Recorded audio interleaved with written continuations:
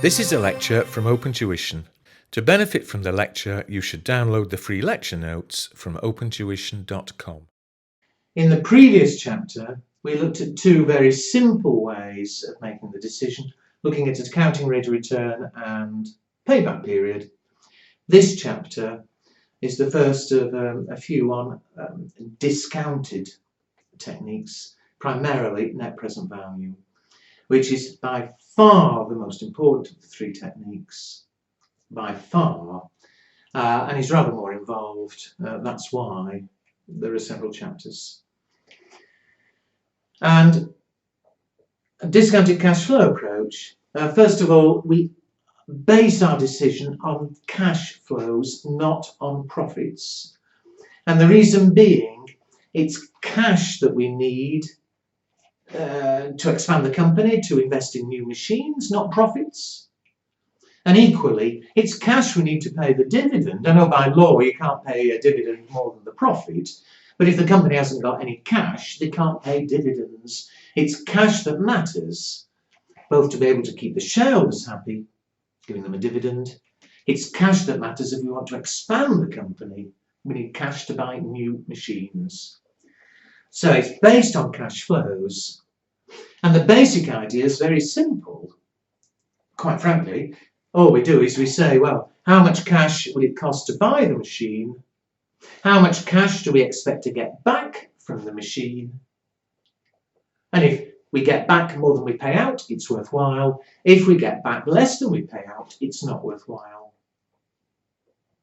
We simply bring in one extra factor, which is what we call the time value of money, relating to the fact purely that money costs money. If we're having to borrow money to buy the machine, we're having to pay interest on that money. Even if we've already got the money, it could be earning us interest. And if instead we invested in a machine, it's still costing us because we're losing interest we could have had.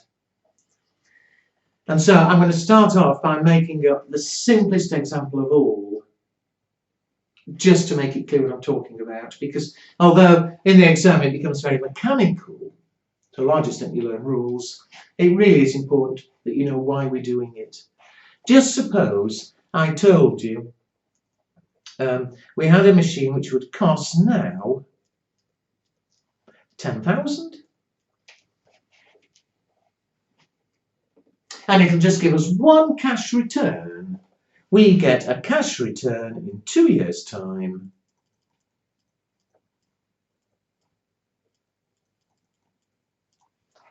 of, let's say, 11,500. Now, clearly, we're going to have to deal with situations far more complicated, but I just want to use this to make it clear what I mean by the time value of money. So it'll cost 10,000 now. In 2 years' time, we get back 11,500, and that's the end of it. Well, were it not for one factor, there's no argument. You pay out 10, you get back 11.5, so we've ended up with a cash surplus of 1,500. And I said earlier, it's the most simple idea of all.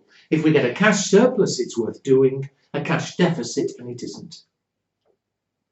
However, that 10,000 we're using, again, either we've had to borrow it, and there's interest payable on that money, or, alternatively, I have the cash sitting around, but it could be earning interest. If we invest in this machine, we're losing interest. And suppose I tell you the interest or the cost of capital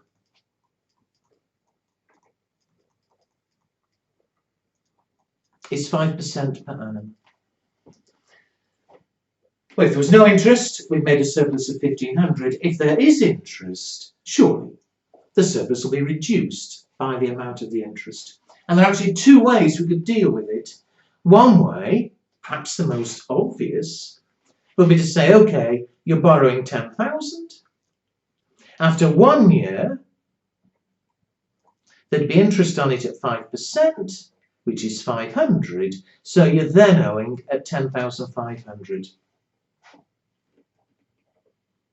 But we're having to wait 2 years before we get any money back.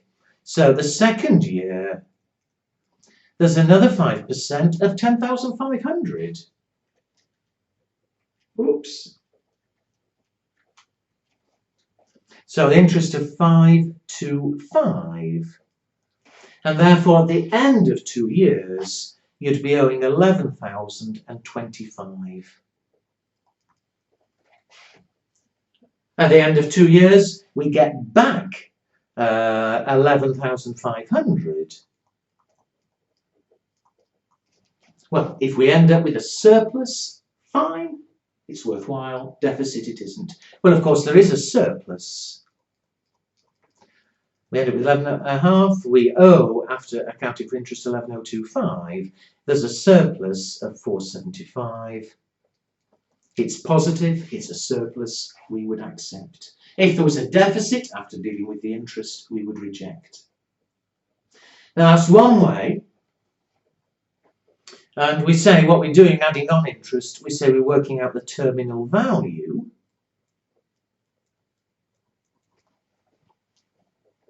And of course, I could have got that 11,025 slightly quicker. We borrowed 10,000. Adding on interest for a year, well, instead of taking the interest and adding it, if you multiply by 1.05, that's giving us 10,000 plus 5% of 10,000. So that gave us 10,500 after 1 year. To add on another 5% of 10,500, multiplied by another 1.05. And that would give us directly the 11,025. 0.05 because it was 5%, squared because it was 2 years. Now we could do that to give the right decision, but when we get more complicated ones, that gets messier.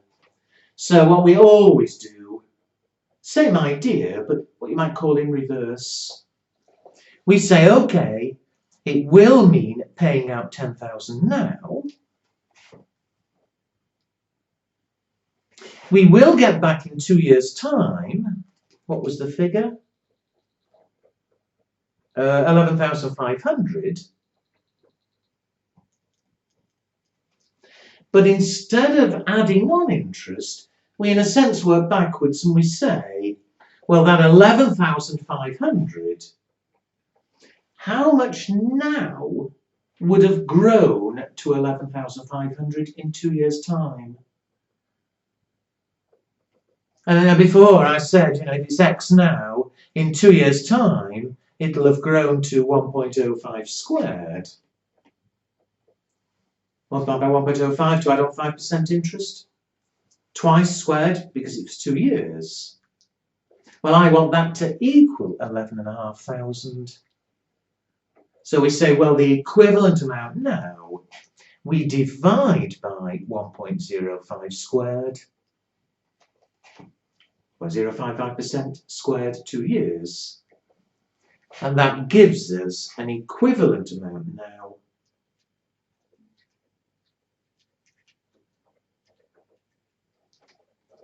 of 10,431.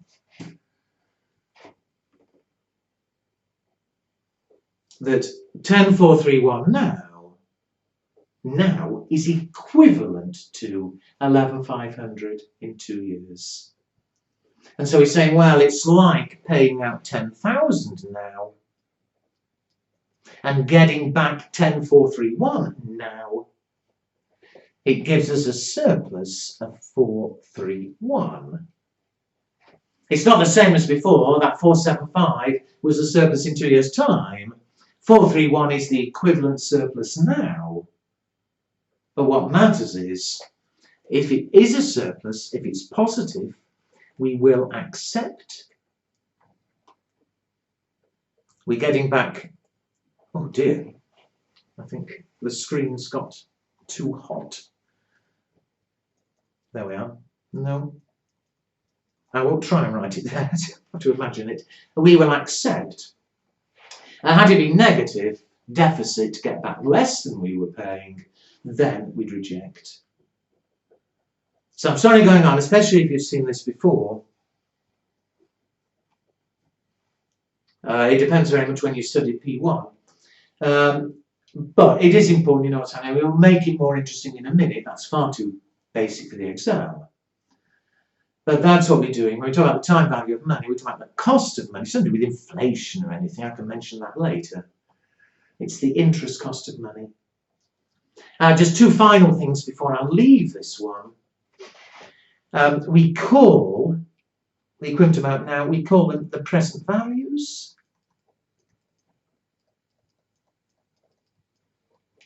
And that 431, for obvious reasons, is the net present value, or NPV.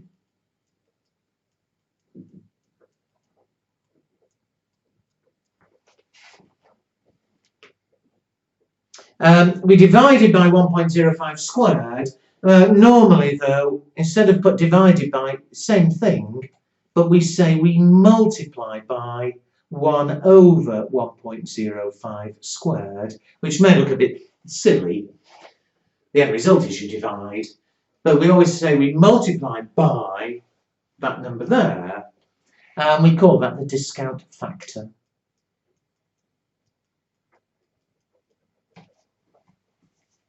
And finally, on my baby one, although what I've done there is correct, and it's easy enough to divide by 1.05 squared, although we can always do that, in a fuller question, as we're going to gradually come to, it's a bit time consuming. And so, instead of having to work that out ourselves, you are given tables. If you look at the beginning of the notes, they're on page 3. In fact, you get two sets of tables, present value tables, annuity tables. If you look at the present value tables, they will tell you the discount factor, the number we multiply by, for any rate of interest up to 20%, for any number of years up to 15. And so that 11,500, the present value, instead of having to divide by 1.05 squared, we can just multiply by the figure from the tables. If you look at the 5% column,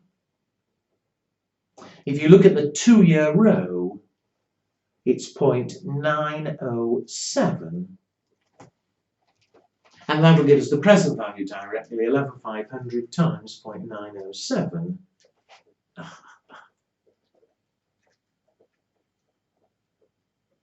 10,431.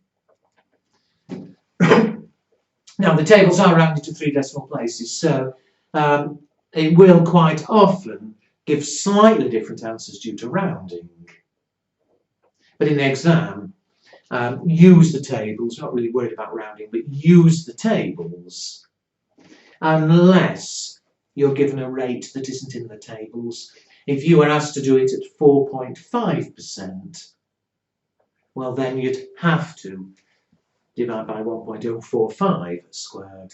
You'd have to do it by first principles. And the formula is at the top of the tables anyway. So, sorry spending time there. Let's make it slightly longer. Can you turn to the first exercise in the notes themselves? Exercise 1.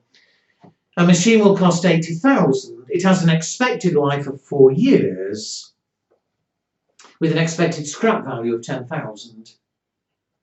The expected net operating cash inflows, it's like the profits each year, but in cash terms, it's a cash measure, are 20,000, 30,000, 40,000, 10,000. Well, what's the way I set it up conventionally? And then we'll do the numbers. We're going to pay out now 80,000. We always treat that as times 0. That's today. So an outflow, but it's in brackets 80,000. We then get cash receipts, net receipts, inflows of in 1 year 20, in 2 years' time 30, 3 years' time 40, 4 years' time 10. And then in 4 years' time, we get another 10,000, the scrap value 10,000. And by all means, we just put those two together and say it's 20,000. Again, if there was no interest, it'd be obvious. We pay out 80, the total cash back, 50, 90, 90, 100, 110. There's a surplus of 30,000. But of course, there is interest. The cost of capital is 10%. And so we want to work out the present values in each case. We'll multiply by the discount factors. 80,000 now is 80,000 now, no problem. 20,000 in 1 year. I've lost my tables. Where did I put them? Here we are. 20,000 in 1 year. The discount factor, the 10% column, the 1 year row is 0.909. And so the present value multiplied by 0.909, 18,180. And similarly for all of them. For 2 years, the factor is 0.826. For 3 years, 0.751. The factor for 4 years at 10%, 0.683.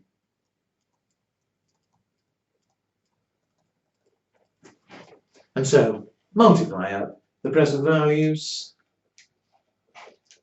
24,780, 30,040, 6,830, 6,830. The net present value, NPV. Add up the inflows, subtract the outflows, so 18,180, 24,780.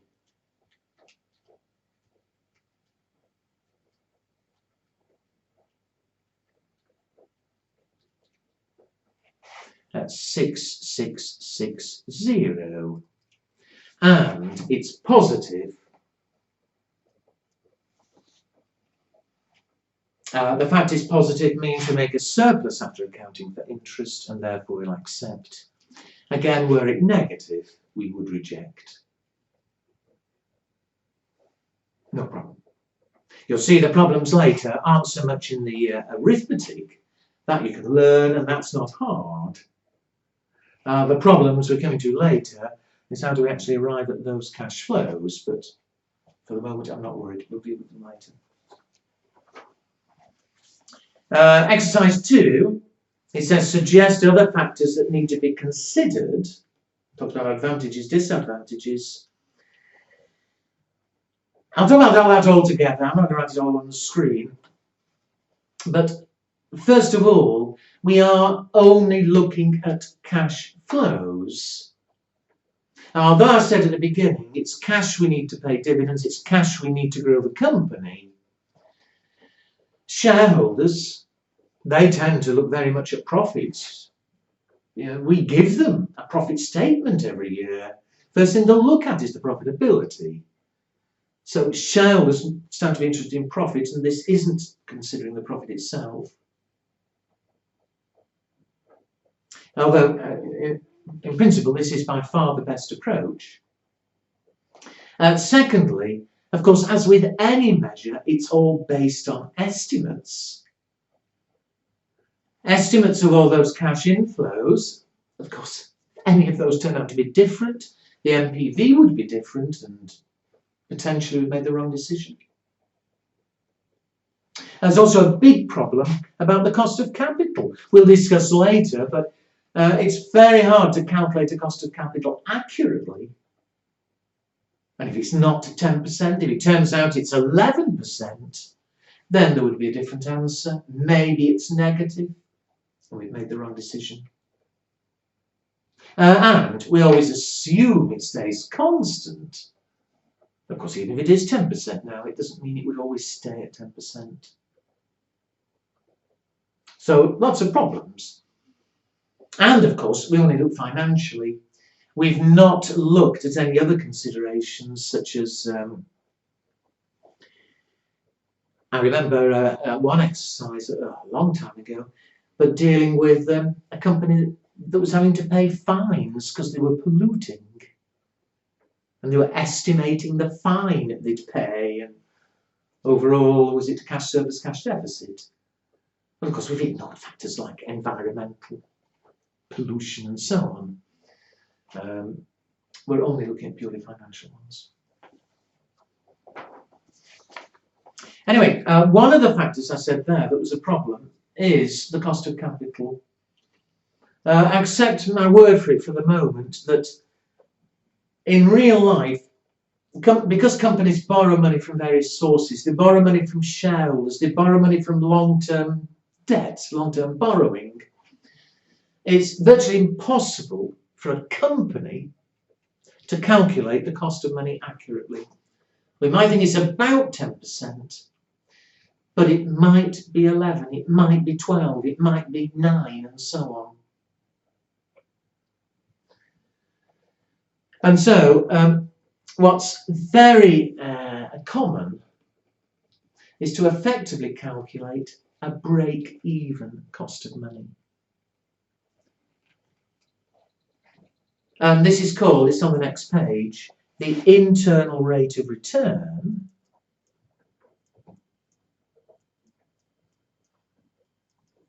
or the IRR. Now, before we discuss how we use it, and I repeat in more detail what I was saying a minute ago, the definition, the only definition of the internal rate of return, is it's that rate of interest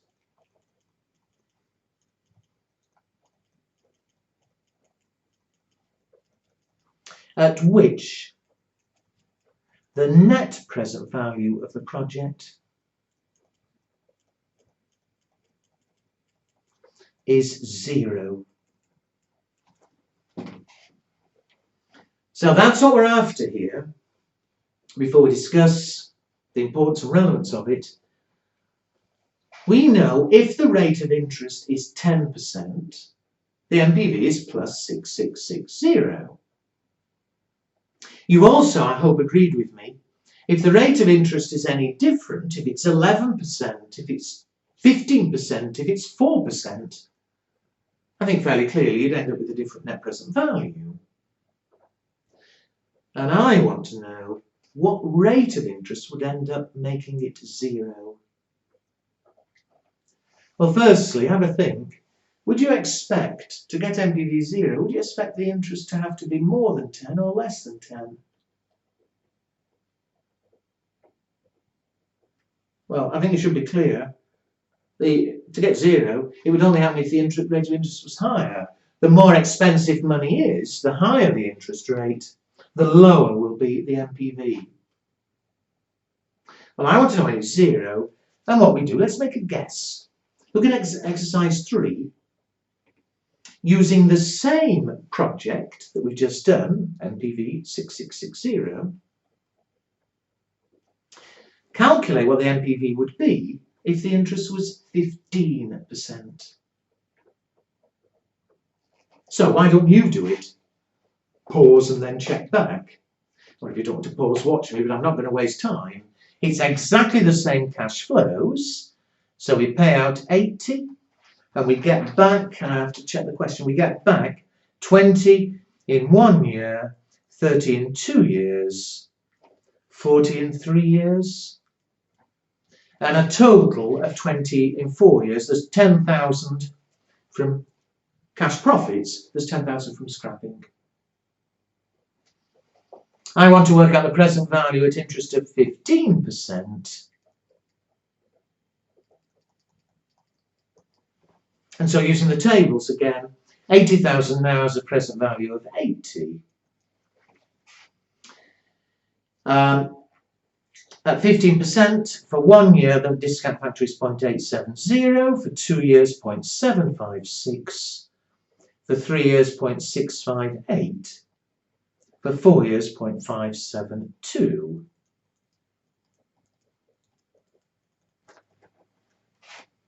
Giving present values of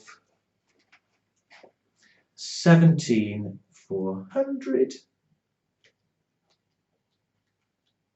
22,680, 26,320, and finally 11,440, which gives a net present value at 15%, 17,400, 22,680, 26,320, 11,440 minus 80,000, 2,160 negative. So, as I expected, with higher cost of money, there's a lower net present value, and in fact it's gone negative. Had the interest been 15%, we would have rejected. However, what I want to know again is at what rate of interest would the NPV be 0? Now, one way you could do it, if you can find the pen, you could, if you wanted, try lots and lots of rates and draw a graph. I was going to take this down, but if I did draw a graph of the NPV as against the rate of interest, there's naught, there's positive, there's negative. If you went through and worked it out at 1%, 2%, 3%, 4%, and so on, what you'd find is the NPV would fall, but it would be a curve. If you don't believe me, then there's something for you to do after you finish this lecture. Do a whole series. We've only done 2. We did it at 10%, and we got plus 6,660, I think. I also did it at 15%, and we got minus 2,160. But again, if you did do a whole series of them, you would find you got a graph something like that. And what we're after, by definition, is when the net present value is 0, the internal rate of return. But of course, you could draw a graph and read it off the graph. In the exam, even in real life, we never do. What we do is from our 2, what you might call guesses, we approximate between them. We interpolate as though it's linear.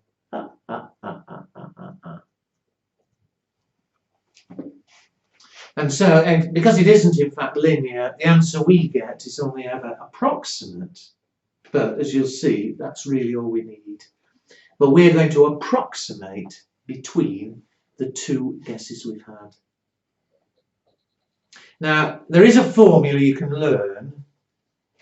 It's underneath exercise 3, and it's right. I personally hate learning formulae, because you're not given it in the exam. And this is one area where I think, once you understand it, you don't actually need a formula. The trouble with the formula, you remember it wrongly. So it's entirely your choice. I am not going to write that formula on the screen. I'll just use our 2 guesses. We did 2 guesses at 10%. The NPV was plus 6,660. We then did it at 15%, and it was minus 2,160. And so, over a change of 5 percentages, the NPV fell. It fell from plus 6,000 to minus 2,000. So it's fallen by a total of 8,000 and whatever. 0, 2, 8. It's fallen by 8,820.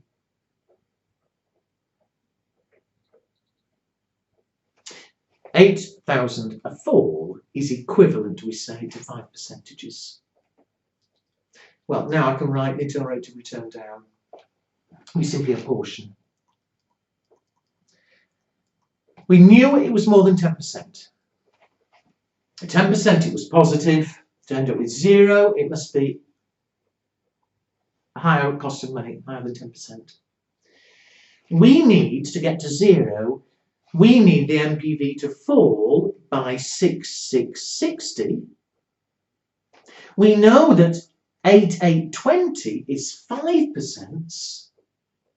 So 6,660 is this proportion of 5%. You know, forget, I'll just talk about the thousands for a second. We need it to fall by 6,000 to get an NPV of 0. We know that a fall of 8,000 is 5%. Fine, a fall of 6,000 is 6/8 of 5%. So a portion between, and what do I get?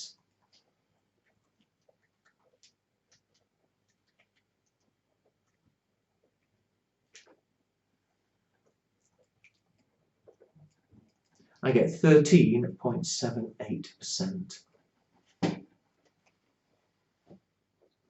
Now, a couple of things about that. Firstly, that is only approximate. It seems a bit silly leaving 13.78 and then saying it's only approximate.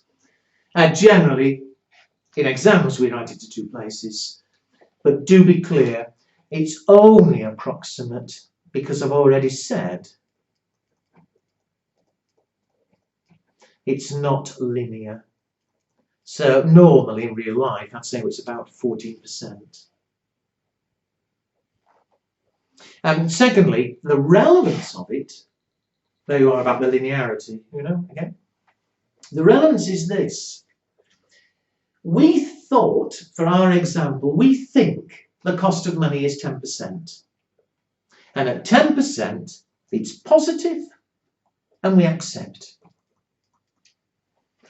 But I said it is possible, it's likely that we don't know the cost of money exactly.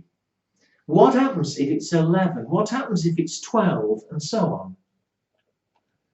Well, if it's 11, if it's 12, the NPV will be lower, but provided it's still positive, then we're still happy to accept. There's no problem. But if ever it became negative, then of course we'd want to reject. Well, we've calculated the IRR at, what was it, 13.78%?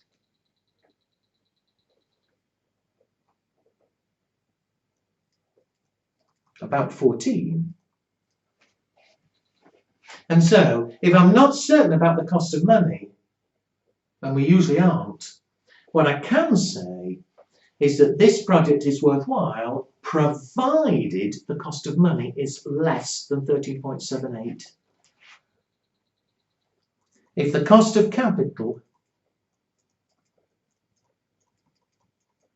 is less than 13.78%, then okay, we will accept. If it's more than 13.78%, we'll reject. And it's very much a risk thing, to be honest. You see, I think it's about 10%.